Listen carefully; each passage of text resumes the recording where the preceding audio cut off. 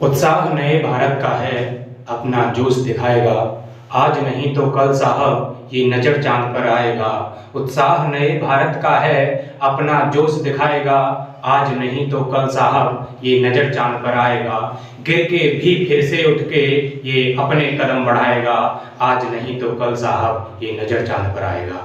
ये चंद लाइन उन साथियों के लिए जो अपना मुकाम हासिल करने के लिए लगातार मेहनत कर रहे हैं। Welcome to my YouTube channel. मैं हूं आलोक कुमार, आप देख रहे हैं एक युवा यूट्यूब चैनल। तो आज हम बात करेंगे संख्या पद्धति पर। तो संख्या पद्धति में सबसे पहले हमारा जो टॉपिक आता है वो हम सबसे पहले बात करेंगे अंक। ये जो अंक होता है इसके बारे में हम सब जानते हैं, यानी डिजिट। डिजिट के बारे में हम सब लोग जानते हैं कि डिजिट क्या होता है। तो ये डिजिट क्या होता है? 0, 1, 2, 3, 4, 5, 6, 7, 8 और 9, यानी ये जो 10 अंक हैं ये हमारे क्या होते हैं? अंक। इन्हीं से हमारा पूरा मैथमेटिक्स टिका हुआ है इन्हीं पर। इसके बाद हमारा अगला टॉपिक शुरू होता है प्राकृतिक संख्याएं। प्राकृतिक संख्याएं, अगर हम इंग्लिश में बात करें तो नेचुरल नंबर।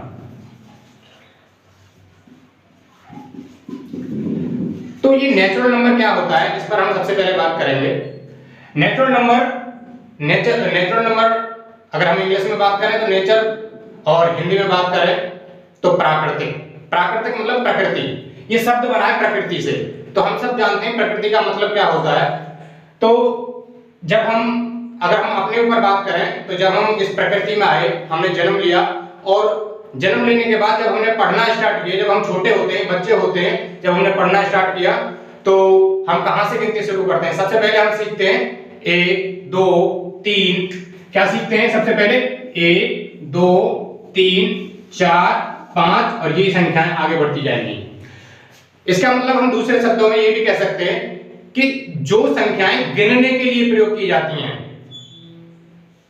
तो हम कह सकते हैं जैसे हम बचपन में मान लो हमें टॉफी मिल रही है खाने को, तो हम क्या करते हैं? टॉफी जब गिनेंगे तो ऐसा तो कभी नहीं हुआ होगा बचपन में आपके साथ कि हमने गिना हो 0, 1, 0 से तो कभी नहीं गिना होगा टॉफी को।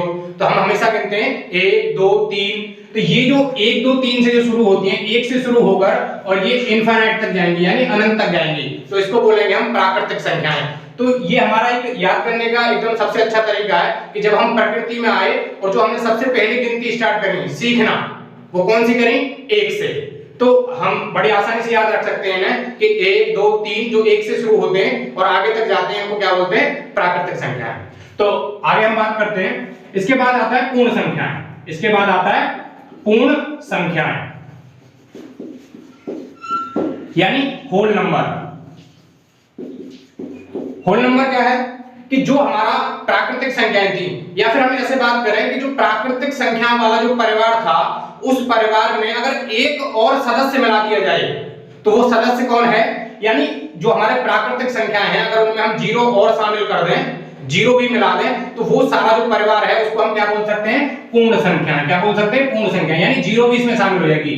0, 1, 2, 3, 4, 5 और ये आगे तक जाएंगे, यानी अनंत, यानी इनफाइनाइट तक जाएंगे।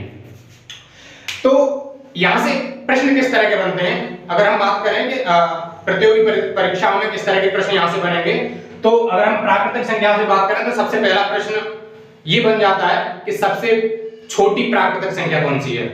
सबसे छोटी प्राकृतिक संख्या, सबसे छोटी प्राकृतिक संख्या, सबसे छोटी प्राकृत संख्या कौन सी है भैया? 1, सबसे छोटी। और कोई पूछने लग जाए कि सबसे बड़ी प्राकृतिक संख्या कौन सी है, तो क्या जवाब दोगे? सबसे बड़ी प्राकृतिक संख्या हम कोई नहीं बोल सकते, क्योंकि हमारी ये संख्या आगे तक बढ़ती जाती है, हम सबसे बड़ी प्राकृतिक संख्या कोई नहीं बोल सकते। तो सबसे छोटी हमारी प्राकृतिक संख्या हो गई 1। तो दूसरा अगर हम बात करेंगे सबसे छोटी पूर्ण संख्या कौन सी है, तो हम बोलेंगे सबसे छोटी पूर्ण संख्या कौन सी हो जाएगी? 0। तो दूसरा अगर यहां से और बात करें, हम थोड़ा सा और खुल के पढ़ें, तो यहाँ से कुछ तरह के, जैसे मान लो और कई तरह की परीक्षा होती है, बोर्ड के पेपर में कई तरह के प्रश्न आ जाते हैं। पूछ लेते हैं कि क्या सभी प्राकृतिक संख्याएं पूर्ण संख्याएं हो सकती हैं? क्या सभी, ये जो सभी प्राकृतिक संख्याएं क्या सभी पूर्ण संख्याएं हो सकती हैं? तो हाँ, हम कहेंगे हाँ हो सकती हैं। क्यों? क्योंकि सारी की सारी, क्योंकि ये सारी की सारी प्राकृतिक संख्या पूर्ण संख्या में शामिल है। और अगर हम इसी का उल्टा कर दें, कोई हमसे पूछ ले कि क्या भैया सबसे सारी पूर्ण संख्याएं प्राकृतिक संख्या होती हैं, तो हम कहेंगे नहीं। क्यों? क्योंकि इसमें जीरो है और इसमें जीरो नहीं होता, यहाँ पे जीरो नहीं होता, इस वजह से। तो आगे चलते हैं हम। अच्छा, पहले हम और बात कर लें इस पर, प्राकृतिक संख्याओं पे और किस तरह के प्रश्न बनेंगे। यहां से एक प्रश्न ये भी बनता है कि पहली 10 प्राकृतिक संख्याओं का योग बताइए। पहली 10 प्राकृतिक संख्याओं का योग बताइए। तो हमसे, यानी ये भी हो सकता है n प्राकृत संख्याओं का योग। तो इसके लिए बड़ी इंटरेस्टिंग चीज है, अभी मैं बताने वाला हूं आपको। एक तो इसका फॉर्मूला होता है जो कि शायद हम लोग सब जानते हैं, n प्राकृतिक संख्याओं का योग n कोष्ठक n प्लस 1/2। तो ये काम करेगा। जैसे मान लो हमने, किसी ने पूछ लिया हमसे कि 1 से 10 तक की प्राकृत संख्याओं का योग, तो हम क्या करेंगे, क्या कर लेते हैं, देखिए हम वैल्यू पुट करेंगे यहां 10, n की जगह पे जितना, जहां तक हमसे पूछा जाता है कि कितने तक, तो 10 इंटू 10 प्लस 1/2। तो इस 2 से हम क्या करेंगे, 2 से 10 को काटेंगे 5 बार, 5 गुणा 10 और 1 11, तो 11 पंजे 55। तो हमारा 1 से 10 तक की संख्या का योग कितना आ गया, 55, यानी 55।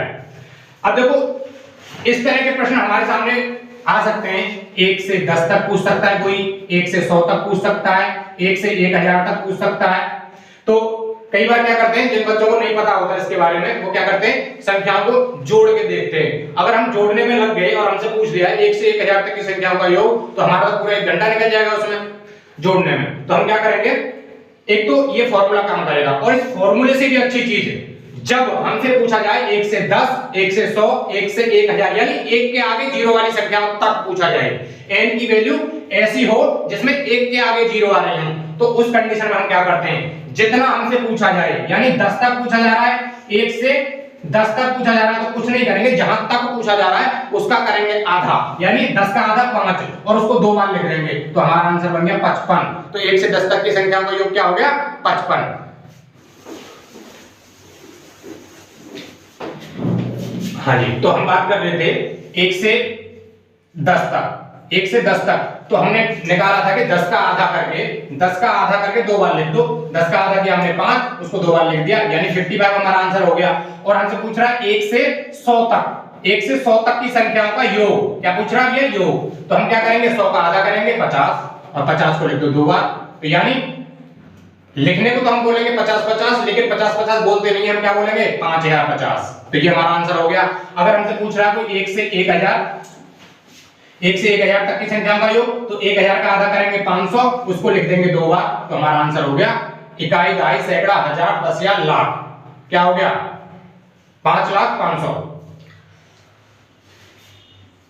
लेकिन ये हमें ध्यान रखना है कि इस तरह की ये जो ट्रिक हमें जब लगानी है, कब लगानी है, जब हमें दे रखा हो 1 से 10 तक, 1 से 100 तक, 1 से 1000 तक। ये मैं बार-बार बोल रहा हूं कि ये ट्रिक वही काम करेगी जहां 1 से 10 तक पूछ रहा हो, 1 से 100 तक पूछ रहा हो, 1 से 1000 तक पूछ रहा हो, ठीक है। और बाकी कंडीशन में, जैसे मान लो 1 से 20 तक पूछ लिया, तो हमारा वही फॉर्मूला काम करेगा, n कोष्ठक n प्लस 1/2। तो हम इसको लिख सकते हैं कि n प्राकृतिक संख्याओं का योग, n प्राकृत संख्याओं का योग,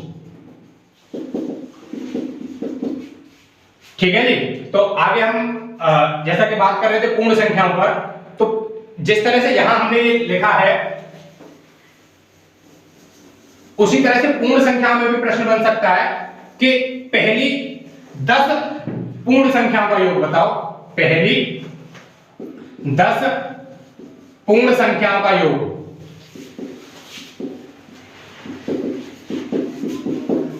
तो घबराने की जरूरत नहीं है।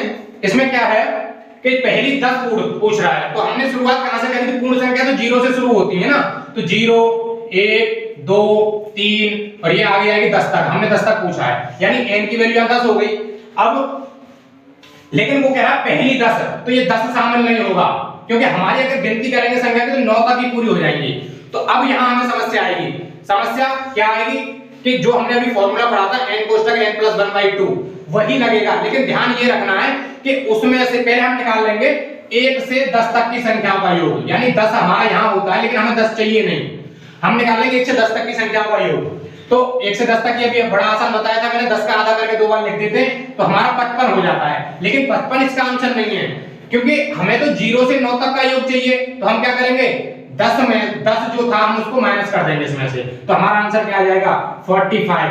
तो कोई पूछ ले कि पहली 10 पूर्ण संख्याओं का योग क्या है, तो हम बोलेंगे 45। चलिए और आगे बढ़ते हैं। आगे हमारा जो शुरू होती है संख्याएं,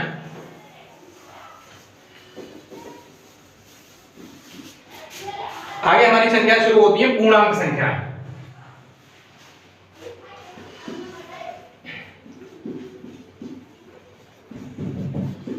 अगर इंग्लिश में बात करें तो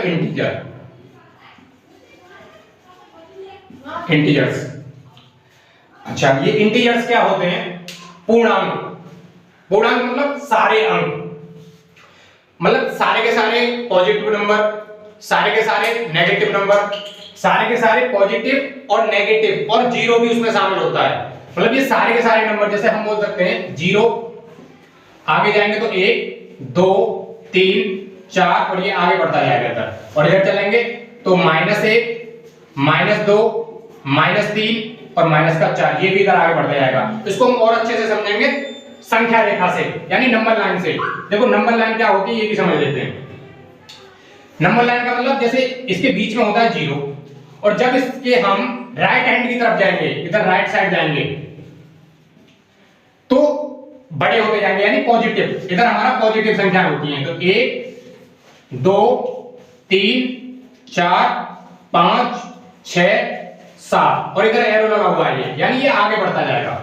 यहां इधर -1 -2 -3 -4 -5, ये भी इधर आगे बढ़ता जाएगा। तो ये जो संख्या रेखा पर जितनी भी संख्याएं हैं उनके हम क्या बोलेंगे, पूर्णांक। अब देखो यहां से किस तरह के प्रश्न बनते हैं। यहां से प्रश्न बनते हैं कि किसी ने पूछ लिया कि भैया -3 में से 1 घटाओ, -3 में से 1 घटाओ, -3 में से 1 घटाना है हमें, यानी -1। तो हमारा आंसर क्या आना चाहिए, -4। अब तुम सोच में पड़ गए भैया -3 में से हम ये घटा रहे हैं तो 4 कैसे आएगा? भैया 4 नहीं आ रहा, -4 आ रहा है। अब इसको हम समझाएंगे, देखो कैसे। हमने बोला -3, ये रहा -3 में से 1 हमें घटाना है। घटाना है मतलब एक कदम हमें पीछे जाना है, घटने से मतलब पीछे कदम जाना, एक कदम हमने बैक में जाना है। तो बैक में जाएंगे तो एक कदम पीछे गए तो हमें क्या मिल जाएगा, -4। देखो हो गया, जो हमने यहां सॉल्व किया था वही हमारा आंसर यहां आ गया। तो देखो कितना आसान है। अगर मान लो हम पॉजिटिव में बात करें तो कोई पूछ रहे हमसे कि 5 में 1 जोड़ दो, तो बहुत आसान है। 5 में 1 जोड़ा 6 आ गया। 5 में 1 जोड़ा यानी एक कदम आगे गए तो क्या मिल गया हमें, 6 मिल गया। ठीक है। अगर हम एक और किसी नेगेटिव नंबर की बात करें तो मान लो हम ले लेते हैं -1, और कोई पूछ रहे हमसे कि -1 में 6 जोड़ दो, तो हमने क्या कर दिया, 6 जोड़ेंगे तो कितना आएगा, -5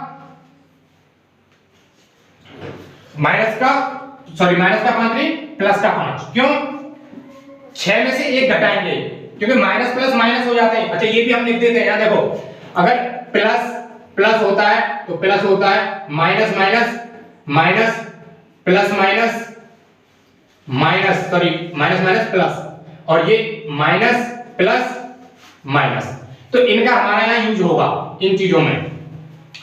तो ये -1 प्लस का 6 यानी माइनस की एक संख्या और प्लस की एक संख्या है, तो माइनस प्लस माइनस, तो 6 में से 1 घटेगा तो प्लस का 5 आएगा।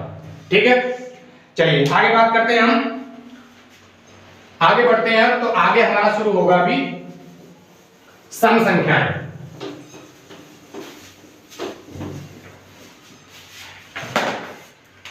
आगे हमारी संख्या शुरू होंगी सम संख्याएं।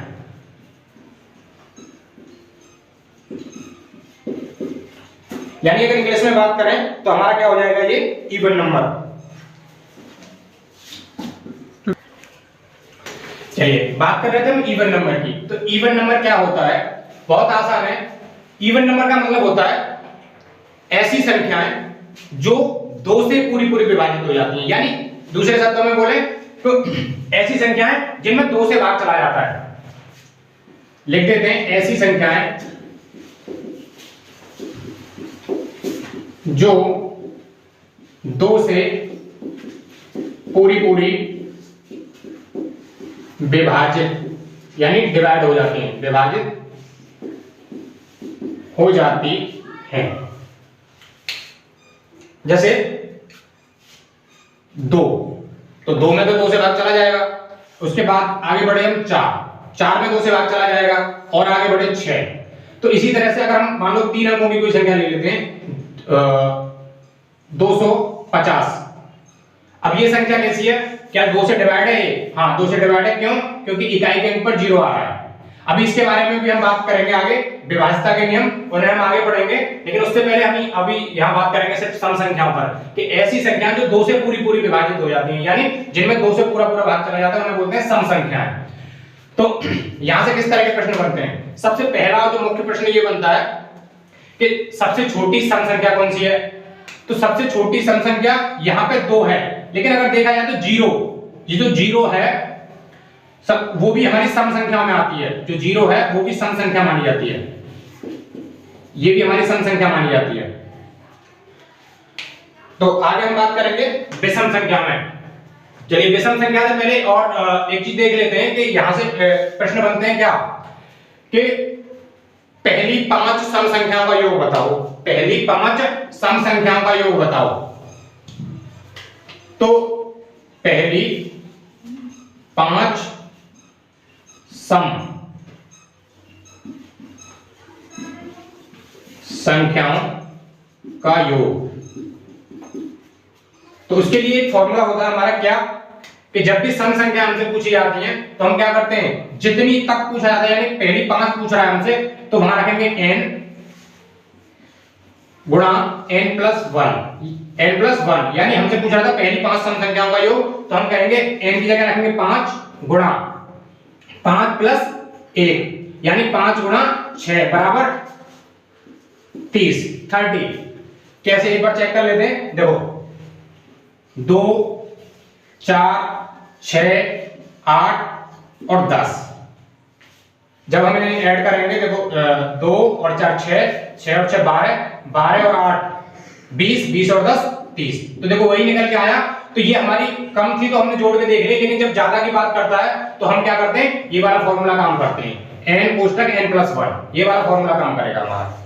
तो इस तरह के प्रश्न भी आ जाते हैं कई बार। तो आगे हम बात करेंगे विषम संख्याओं पर।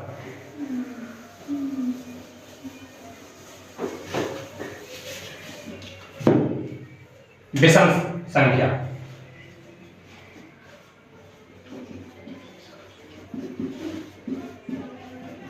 विषम संख्या मतलब ऑड नंबर।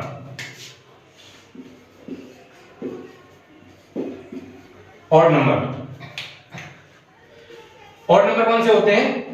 ऐसी संख्याएं जिनमें 2 से पूरा पूरा भाग ना जाए, यानी ऐसी संख्याएं जो 2 से विभाजित नहीं होती हैं। जस्ट उसका अपोजिट, जो हमने सम संख्या पढ़ी थी उसका उल्टा, कि जिन संख्या में 2 से भाग ना जाए वो हमारी क्या होती हैं, विषम संख्याएं। तो हम लिखेंगे ऐसी संख्याएं जो 2 से पूरी पूरी विभाजित नहीं होती हैं। फॉर एग्जाम्पल 3 में 2 से भाग नहीं जाता। उसके बाद 5 7 9, तो ये संख्याएं आगे बढ़ती रहती हैं। तो यहां भी हमारा प्रश्न बन जाता है कि पहली 5 सम संख्याओं का योग बताइए या फिर पहली 10 सम संख्याओं का योग बताइए। तो पहली 5 मान लेते हैं हम, पहली 5 विषम संख्याओं का योग, विषम संख्याओं का योग।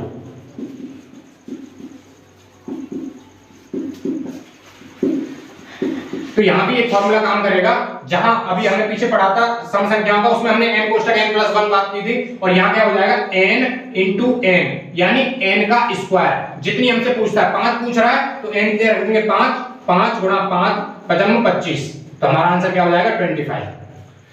तो इस तरह के प्रश्नों में ये काम करेगा हमारा। चलिए आगे चलते हैं। आगे हमारा टॉपिक है, आगे जो संख्या का प्रकार है वो है हमारा भाज्य संख्या।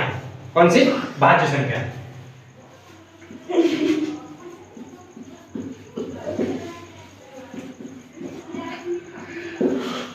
भाज्य संख्या यानी कंपोजिट नंबर।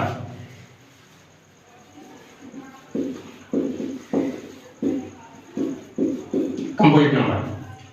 अच्छा, ये कंपोजिट नंबर क्या होता है? मैं पेयर से पढ़ाऊंगा। एक दूसरा इसका जो अपोजिट होता है वो होता है अभाज्य संख्या। क्या होता है? अभाज्य संख्या। तो जब हम इन्हें एक साथ रेट करके पढ़ेंगे तो ज्यादा अच्छे से समझ में आएगा। देखो क्या होता है, जो भाज्य संख्या होती हैं, पहले हम भाज्य की बात करेंगे। तो भाज्य में क्या होता है कि ऐसी संख्याएं जिसमें एक और स्वयं के अलावा भी और संख्याओं से भाग चला जाए। ऐसी संख्याएं जिनमें एक यानी वन और जिस संख्या के बारे में बात कर रहे हैं उसके अलावा भी और संख्याओं से भाग चला जाए। जैसे अब अगर हम बात करें, जैसे मान लो 4, ये जो 4 है 4 में डिवाइड करेंगे 1 का चला जाएगा, 2 का चला जाएगा और 4 का चला जाएगा। तो मैं बात कर रहा था एक और स्वयं यानी 4, एक और स्वयं के अलावा भी और संख्याओं से भाग चला जाए, उन्हें बोलते हैं भाज्य संख्याएं। और इसका उल्टा होता है अभाज्य। अमान्य नहीं, यानी जो भाज्य नहीं है वो अभाज्य होगी, जो भाज्य नहीं है वो अभाज्य होगी। तो यहां बात करेंगे ऐसी संख्याएं जिनमें एक और स्वयं का भाग जाए, मतलब सिर्फ जिसमें एक और स्वयं का ही भाग जाए। जैसे 2, तो 2 एक ऐसी संख्या है जिसमें 1 और 2 का भाग जाएगा। 3 एक ऐसी संख्या है जिसमें 1 और 3 का भाग जाएगा। आगे अगर बात करें हम 5, तो 5 एक ऐसी संख्या है जिसमें 1 और 5 का भाग जाएगा। 7 एक ऐसी संख्या है जिसमें 1 और 7 का भाग जाएगा। तो सबसे जो महत्वपूर्ण प्रश्न यहां से बनेगा, क्या सबसे महत्वपूर्ण प्रश्न यहां से बनता है कि सबसे छोटी सम और अभाज्य संख्या, सबसे छोटी सम और अभाज्य संख्या। अगर हम छोटी भी ना लगाएं तो यही एक ऐसी संख्या है सम, जो सम होते हुए अभाज्य है, सम भी है और अभाज्य भी है। ये जो 2 है वही एक ऐसा नंबर है जो सम भी है और अभाज्य भी है। तो ये जो 2 है, यहां से प्रश्न बनता है कई बार कि सबसे छोटी सम और अभाज्य संख्या कौन सी है, तो हमारा उत्तर क्या होगा 2। चलिए आगे बात करते हैं। आगे जो हमारा टॉपिक शुरू होना है वो होता है सहअभाज्य संख्याएं। सहअभाज्य,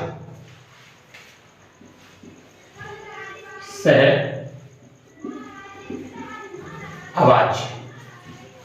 तो इसको अगर आप बात करें तो इसको इंग्लिश में बोलते हैं को-प्राइम नंबर। क्या बोलते हैं? Co-prime number. Co-prime number, co-prime number का क्या मतलब है? देखो ये को-प्राइम नंबर जो होते हैं यानी सहभाज्य जो संख्याएं होती हैं वो हमेशा जोड़े में यानी पेयर में चलती हैं, मतलब 2-2 के पेयर में चलेंगी। जैसे 3, 5, 7, 9। तो इसको समझेंगे ये क्या होता है। ऐसी संख्याएं, ऐसी 2 संख्याएं जिनका HCF यानी मासा, जिनका HCF 1 हो, यानी अगर इनके हम फैक्टर करें जैसे 3 और 5, तो जब हम इसको लिखेंगे तो 1 इंटू 3 लिखेंगे और इसको लिखेंगे तो 1 इंटू 5 लिखेंगे, यानी कॉमन सिर्फ इसमें क्या है 1। तो ऐसी संख्या को क्या बोला जाता है? सहभाज्य संख्या। तो यहां से प्रश्न ऐसे बन जाते हैं कई बार कि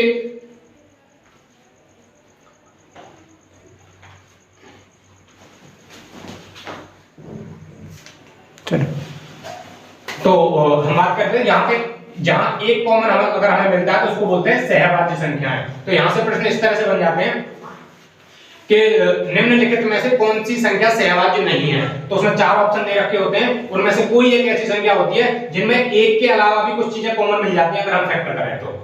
चलिए आगे बात करते हैं, हम आगे चलते हैं संख्याओं के प्रकार पर। तो आगे होता है परिमेय संख्याएं। कौन सी संख्या? परिमेय, परिमेय संख्याएं। परमेय संख्या। तो परमेय संख्या को अगर इंग्लिश में बात करें तो हम बोलते हैं रेशनल नंबर। क्या बोलते हैं? Rational number. तो क्या होता है ये रेशनल नंबर? तो ऐसी संख्याएं जिन्हें हम p बटे q की फॉर्म में लिख सकते हैं। ऐसी संख्याएं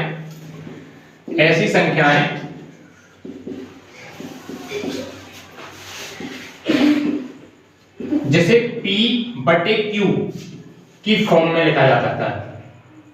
बोले p बटे q की शक्ल में लिखा जा सकता है, p बटे q जैसा लिखा जा सकता है, बटे में लिखा जा सकता है। तो देखो क्या हो गया ना, जैसे मान लो 2/3, तो ये हमारा रेशनल नंबर है। हाँ है। अगर हम बात करें 3 तो कहेंगे ये तो p बटे q की फॉर्म में है नहीं, तो यहाँ क्या करेंगे, अगर हम इसके अपॉन में 1 मानेंगे तो कोई फर्क थोड़ी पड़ेगा, खाली 3 रह जाएगा। तो इसका मतलब हम बोल सकते हैं कि अगर 3 है, अगर हमारे पास बस 3 है तो वो भी हमारा क्या है? रेशनल नंबर यानी परमेय संख्या है।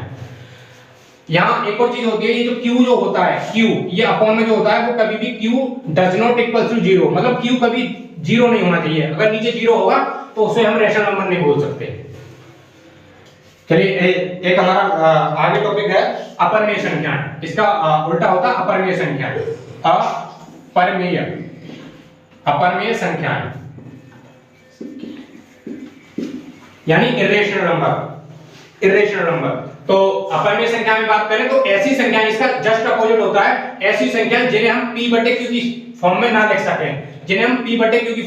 सकें, तो अगर हम एग्जांपल की बात करें, जैसे √2, √3, और अगर कोई लिख दे √4, तो √ जो 4 होता है, अगर जब इसको हम सॉल्व करेंगे तो इसकी वैल्यू 2 होती है, जो कि एक रेशनल नंबर है। तो हम कहेंगे ये हमारा अपरमेय संख्या नहीं है, ये क्या है?